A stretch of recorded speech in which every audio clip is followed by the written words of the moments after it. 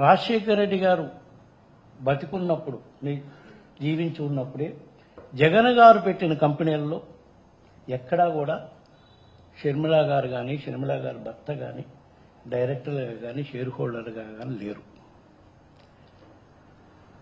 ఆయనకు ఆ రోజే నలుగురు పిల్లలు సమానంగా ఆస్తి రావాలి అని, ఆస్తులు కూడా జగన్ గారు పెట్టిన కంపెనీల్లో వాటా రావాలి అనుకుంటే అప్పుడే ఆయన జీవించున్నప్పుడే షర్మిల గారి పేరునో అనిల్ గారి పేరునో ఈ కంపెనీల్లో డైరెక్టర్గానో షేర్ హోల్డర్గానో పెట్టుండేవాళ్ళు కదా.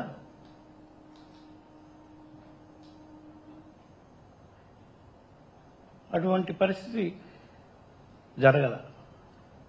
సో ఈ వాస్తవాలన్నీ కూడా ప్రజలకి తెలియజేసి, ఎందుకంటే జగన్మోహన్ రెడ్డి గారికి రాజశేఖర రెడ్డి గారు బతుకున్నప్పుడే పెట్టిన కంపెనీలు కాబట్టి, ఆయన డెవలప్ చేసిన కంపెనీలు కాబట్టి, ఆయన చెప్పుంటే జగన్మోహన్ రెడ్డి గారు రాజశేఖర రెడ్డి గారు చెప్పుంటే జగన్మోహన్ రెడ్డి కూడా పెట్టుండేవాళ్ళు ఆ రోజు.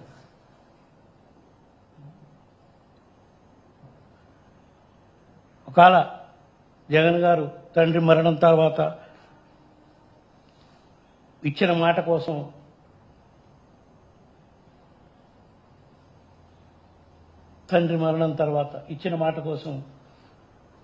పార్టీని వదిలిపెట్టి వచ్చి ఓదార్పు యాత్ర చేసి ఎన్ని పోరాటాలు చేశాడు. అబద్ధపడాల్సిన పనే ఉంది.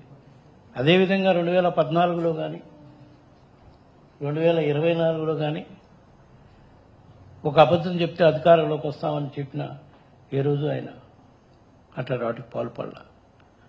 అటువంటి పరిస్థితుల్లో ఈ విషయం దగ్గర ఎందుకు మాట నిలబెట్టుకోకుండా ఉంటాడు ఆయన?